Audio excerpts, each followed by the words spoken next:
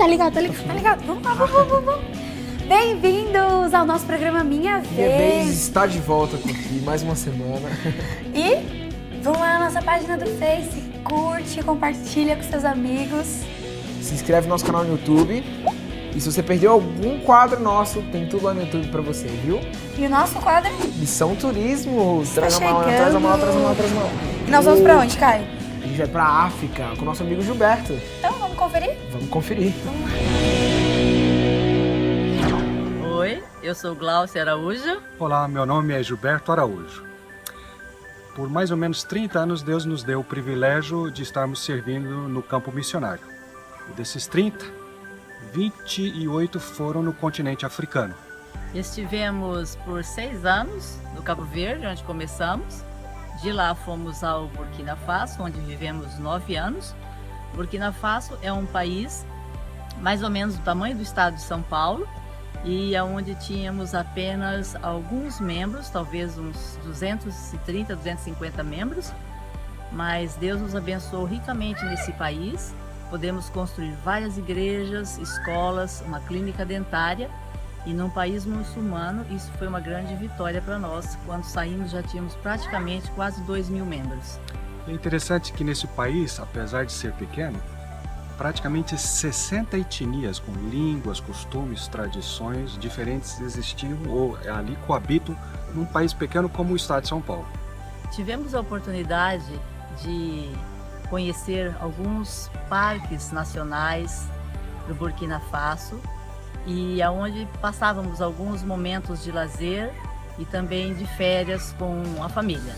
É interessante que a vida do missionário não é só trabalho, tem esses aspectos também que muitas vezes compensam pelo lado da dificuldade, uma cultura diferente. Tivemos que aprender o francês, uma língua que nós não sabíamos, mas também haviam aqueles momentos junto com a família que a gente partilhava e que era uma alegria. E era muito bom estarmos em meio à natureza e conhecermos a natureza de cada animal que entrávamos em contato.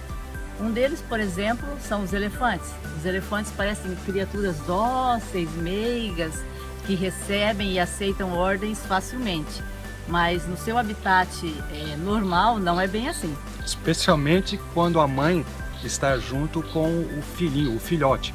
Ali foi uma das experiências mais interessantes nas quais nós começamos. No sul do Burkina tem um parque chamado Arli, já na fronteira com Gana. E foi o nosso primeiro encontro com o elefante. Estávamos com um guia e ele nos instruía sobre quais são os cuidados, Glaucia, que a gente devia ter com o elefante. Os elefantes, como eu já disse, são animais que parecem ser dóceis, mas devemos ter muita precaução porque são animais que têm reações rápidas quando estão irritados ou quando se sentem ameaçados, como o Gilberto já disse, principalmente quando existem filhotes. Então, quando o elefante dá aquela primeira avançada, aquilo já é o primeiro sinal de que ele está descontente com a sua presença e que você deve evitá-los. E a orelha, né? Quando começa a abanar a orelha, então você sabe que ele está começando a dar um sinal, é melhor vazar porque a coisa vai ficar feia. E nós não sabíamos disso na prática e fomos a pé. E daqui a pouco nós encontramos, como eu disse, com o nosso primeiro encontro com o elefante. E era uma fêmea com um filhote. Uma manada, né? Era uma manada, mas tinha a fêmea, né? Sabe que na vida dos elefantes, na manada, é matriarcal. É uma fêmea que dá as ordens, e que dirige, e que guia tudo. E aí, alguns barulhos foram feitos. Nós estávamos com outros amigos que começaram a fazer barulhos. E, para nossa grande surpresa, aconteceu o inesperado. Tivemos que sair correndo de volta para o carro, porque os elefantes começaram a correr atrás da gente. E o que é interessante é que eu fui o primeiro a entrar no carro, eu estava com tanto medo, que sem querer eu tranquei o carro e o povo batendo na porta, querendo entrar para a gente poder sair. E eu estava tão nervoso que eu não dava atenção, até que finalmente eu consegui abrir o carro e nós saímos. Mas não foi só a única vez, né? Quantas vezes a gente teve que fugir de elefante? Umas 3 vezes. E o interessante é que os elefantes são muito sábios, muito inteligentes. E quando eles estão realmente irritados com a presença, muitas vezes com a tromba eles arrancam as árvores e jogam na estrada para impedir que você passe. E é lógico, uma estrada bloqueando o caminho, não é todo carro que consegue ultrapassar, a menos que você tenha uma 4x4, que não era o nosso caso. e muitas vezes você tem que fugir de elefantes de ré. E uma coisa interessante aconteceu, que eu creio que é uma experiência muito bonita e que deixa para nós uma lição espiritual. Nesse mesmo parque ali, conversando com os guardas ali, eles nos contaram uma história que nem eles nunca tinham visto ou ouvido falar. Os caçadores vieram, e você sabe que naquela época, por muitos anos atrás, o negócio do marfim era muito próspero, dava muito dinheiro. Hoje os países já colocaram várias leis tentando coibir e impedir isso. Mas alguns caçadores vieram e, tentando roubar marfim ou tentando matar alguns elefantes para roubar o marfim, eles atingiram uma fêmea e cortaram a tromba dela. E como você já deve imaginar, o que acontece? Sem a tromba, o elefante não consegue nem se alimentar e nem beber para se hidratar. Isso quer dizer, está afadado à morte. E aí foi algo que emocionou até os guardas, quando viram ali o grupo de elefantes, a manada, usando a tromba deles para alimentar aquela fêmea, para não deixar ela morrer. E foi um grande exemplo de solidariedade e que tocou o coração deles. E aí deixa para nós uma mensagem final espiritual para todos nós. Esse mesmo espírito, se fosse também exercido ou exercitado na igreja, que diferença não seria? O mais forte apoiando, alimentando, ajudando o mais fraco. Esse exemplo de solidariedade entre animais que a gente diz que são irracionais, mas que na sua irracionalidade nos dão exemplos na natureza, como é que nós podemos coabitar e conviver como seres humanos, às vezes diferentes, mas ajudando uns aos outros. Então, o nosso convite a vocês aí, não se esqueçam, sempre que tiver oportunidade, inscrevam-se, participem de um evento missionário de curta duração, às vezes, quem sabe, alguns dias, algumas semanas, alguns meses, e quem sabe, como Glaucio e eu, uma vida toda no campo missionário. Mas não perca essa oportunidade. Nós temos certeza, a sua vida vai mudar-se por completo se você deixar Deus agir na tua vida e você participar de um evento missionário que muitas vezes a igreja está oferecendo aqui na América do Sul a cada um de vocês, jovens ou mais idosos, profissionais liberais, estudantes, não importa quem você é, a idade que tem ou o que você faz, não deixe de aproveitar essa oportunidade. Nossa, Gilberto, muito legal o trabalho que você faz, hein? Obrigado pela sua participação aqui no Minha Vez. E aí, Caio, você já ouviu falar de empuxo? De empuxo? Física. Não. De verdade? De verdade. Então, ó, o Dica de Estudo hoje é com o professor Thunder. Ele vai ajudar a gente a dar um super exemplo. Sério? Então vamos conferir. Vamos conferir? E aí, galera, estamos aqui na nossa Dica de Estudo com o professor super especial, o Thunder. Ele já esteve aqui com a gente e ele vai dar outra dica de estudo. Vamos lá. Então, eu fiquei sabendo que o assunto de hoje é empuxo. Como é que funciona as forças, como é um exemplo também que o senhor gosta muito. O senhor pode me explicar, por favor? Muito bem, claro. Aqui nós temos então um esquema, né, de forças que atuam, por exemplo, em um submarino. Nós temos aqui a força peso, devido à massa do conjunto, né? E aqui nós temos então a força de empuxo, devido a esse conjunto estar imerso em um fluido. A força de empuxo, ela está relacionada à densidade do fluido, ao volume que o objeto que está dentro do fluido desloca de fluido e à ação gravitacional. Então, essas forças, elas vão ficar aqui atuando em sentidos opostos. A força de empuxo atua verticalmente para cima, a força peso atua verticalmente para o centro da Terra, e então uma situação em que eu cause um desequilíbrio entre a intensidade da força de empuxo e a força peso faz com que o sistema, o conjunto, suba ou desça. Eu tenho aqui uma ilustração para ajudar nesse sentido, que está aqui, bastante simples. Nós temos aqui uma tampinha de caneta, com massinha de modelar nas pontas para equilibrar a massa do sistema. E aqui dentro nós temos uma bolha de ar. E essa bolha de ar que está dentro dessa tampinha de caneta está sujeita à pressão do sistema, do fluido que envolve o conjunto. Se a gente aumenta a pressão no sistema, olha só o que acontece. Ó. Não é assim que funciona o submarino, professor? Tem como o senhor, assim, explicar rapidinho como é que funciona? Muito bem, Clara, é isso mesmo. No caso do submarino, nós vamos trabalhar então com o volume de fluido deslocado. Uma vez que o volume de fluido deslocado diminuir, ou seja, aumentando a pressão aqui no sistema, o volume da bolha lá dentro tende a diminuir. Uma vez que o volume da bolha diminui, então o empuxo acaba ficando menor que o peso.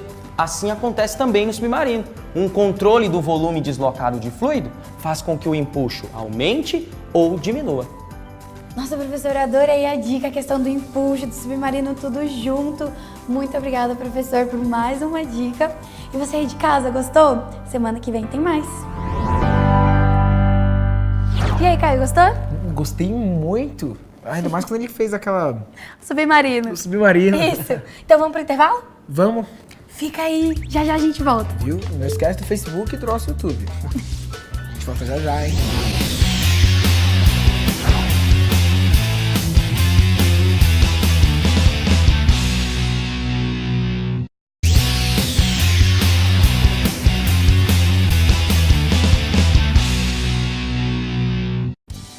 Voltamos! Ó, se você perdeu algum episódio, vai lá no YouTube, Se você confere. quer saber de todas as novidades, vai lá no E Facebook. curte também. Deixa tudo Mas eu queria de verdade, essa semana eu tive tanta vontade de desenhar e de anotar. Desculpa.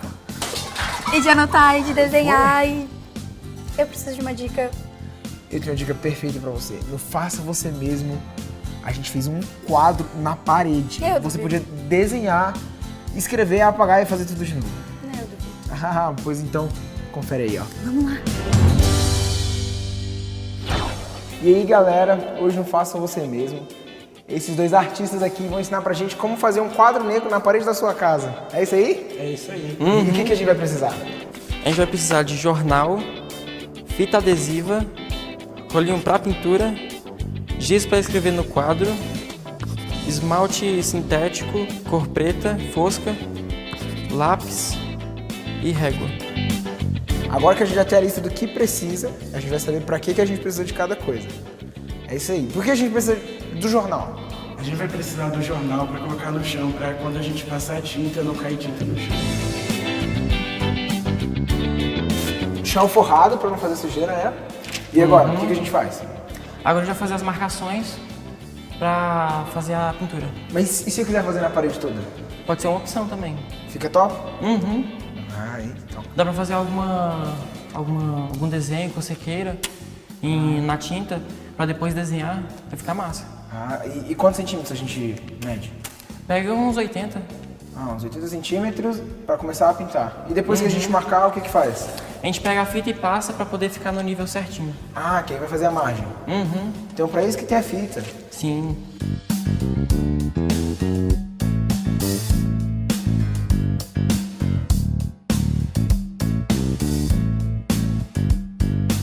E quanto mais a gente mede pra cima? Bom, aí já fica da altura do público. A gente vai escolher até aqui assim.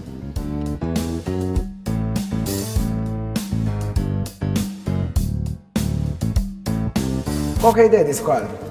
Bom, esse quadro aqui ele pode ser usado para fazer algum desenho, ou senão você pode marcar o dia da prova, escrever o conteúdo, ou senão mesmo só para decorar o quarto, que ele fica bem estiloso. Ah, que legal. E agora a gente vai colocar a fita dos lados também? Uhum.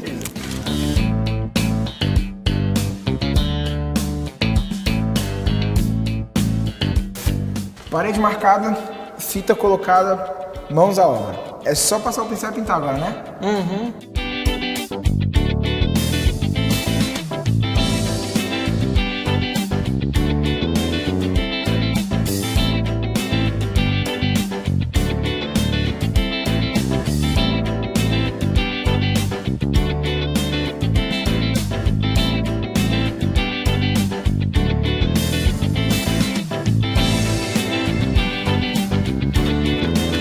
Galera, ele não pinta tão mal assim não, tá? Mas é que na pintura você precisa passar uma segunda demão. Você passa essa segunda demão depois que secar a primeira. Na latinha de cada tinta vai estar escrito quanto tempo demora para secar. No caso da nossa, são 2 horas. Mas como a gente está na televisão, a gente pode controlar o tempo.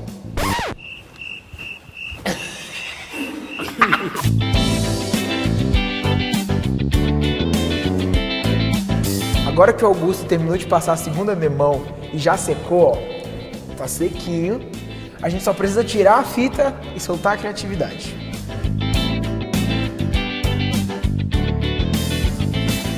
O importante de você colocar a fita bem colocadinha é que no final, quando você tirar, ó, vai ficar essas bordas lisinhas e sem imperfeições. Tá vendo? E agora, falta uma única coisa. É o quê? Desenhar.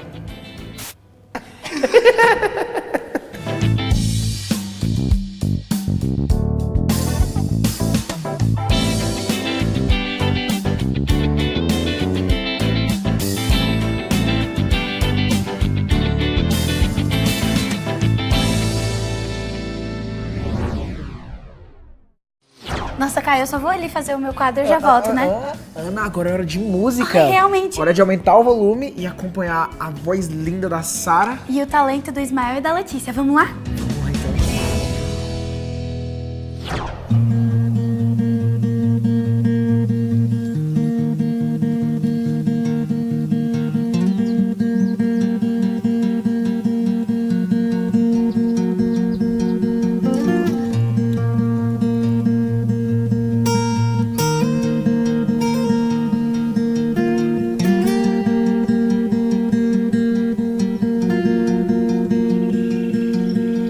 O que é que eu sei da vida?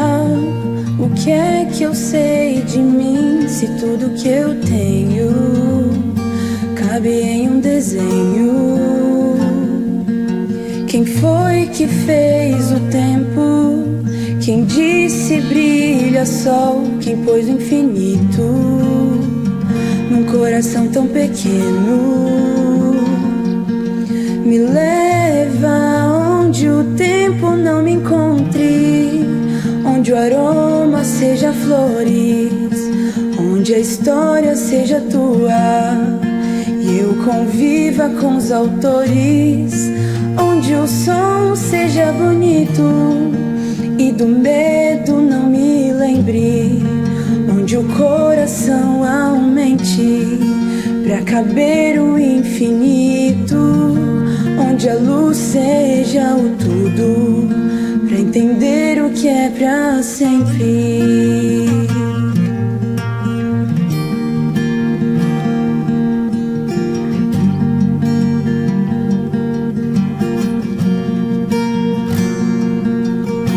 O que é que eu sei da vida?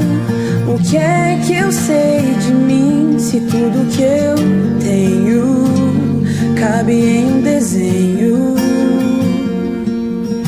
Quem foi que fez o tempo? Quem disse brilha sol? Quem pôs o infinito num coração tão pequeno?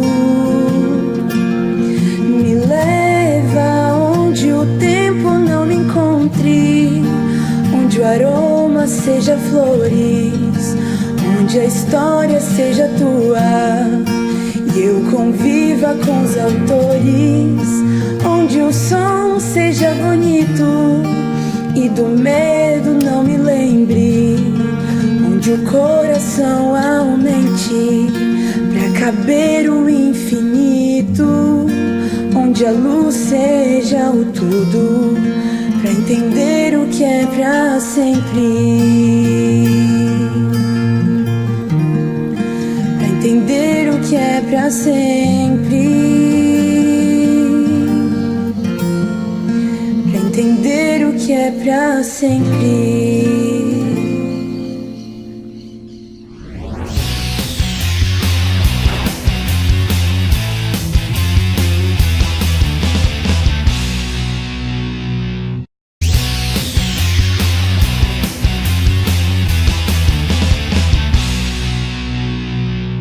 Voltamos mais pra dar o fim ao nosso programa. Infelizmente, mas não se esqueça, lá no YouTube tem todos os quadros daqueles programas que já passaram. A nossa página também do Face. Curte lá. Muitos posts maneiros, viu?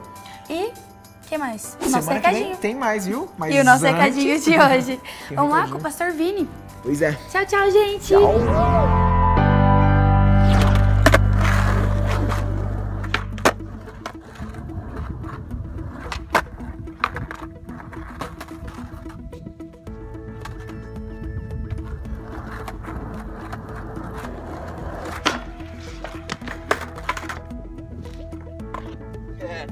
isso aí. Às vezes a gente erra. E por errar, a gente aprende. Muitas pessoas só aprendem errando. E algumas mesmo errando, não aprendem. Hello! É simples. O recadinho de hoje pra galerinha do programa É a Minha Vez é uma só. Cara, seja Jesus pras pessoas onde Deus te manda ir. Deus precisa que você vá a lugares onde outras pessoas não querem ir. E é só você, com a sua capacidade, o seu jeito de ser, a sua forma, que vai chegar até essas pessoas. Por isso, não faça como Jonas. Eu gosto muito dessa história bíblica.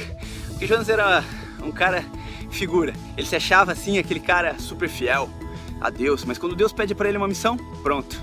Logo quer fugir, quer enganar Deus. Dá pra enganar Deus? Acho que não dá pra enganar Deus.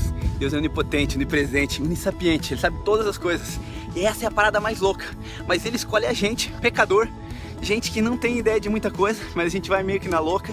Mas, pera aí, não é louco desvairado.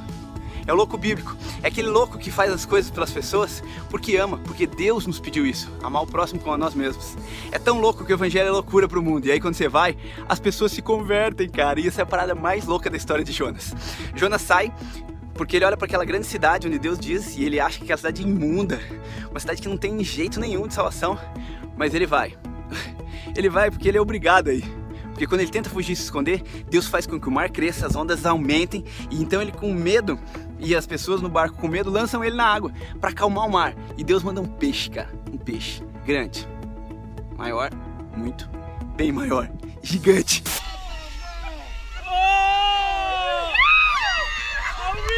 A gente não sabe o que é, se é uma baleia, tubarão, sei lá que peixe é. Mas a Bíblia só diz que era um peixe grande, que engole Jonas. Não engole porque estava com fome, engole porque Deus pede. Ele ouve a voz de Deus e atende. É tão louco que leva Jonas, cara, na beira da praia, vomita Jonas lá. Ui, que nojo, vomita ele lá e ele vai e prega para aquela cidade. Só que quando ele prega para a cidade, o que chama mais atenção é que lá naquele lugar, ele achava que ninguém ia se converter. Que as pessoas eram imundas e que ali não tem jeito de nada. Ele faz um sermão frenético. Louco, não louco de Deus, um louco esquizofrênico, um louco que ele não queria salvar ninguém, ele só queria falar, pra ele ficar livre, tipo, fiz minha missão. Aí Deus, hello, filho, só prega, deixa o resto comigo.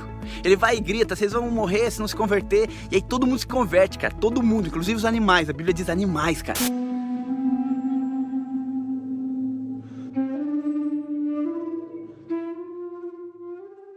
Jejuam. Imaginou um animal sem comer durante um dia? Isso é muito louco, porque todo mundo quer ser salvo. A expressão bíblica é que todo mundo se salva naquela região, porque Jonas pregou. Talvez a sua missão e a minha é uma só. E fica a dica agora aqui pra você. Galerinha, ouça a voz de Deus e vá onde Deus manda.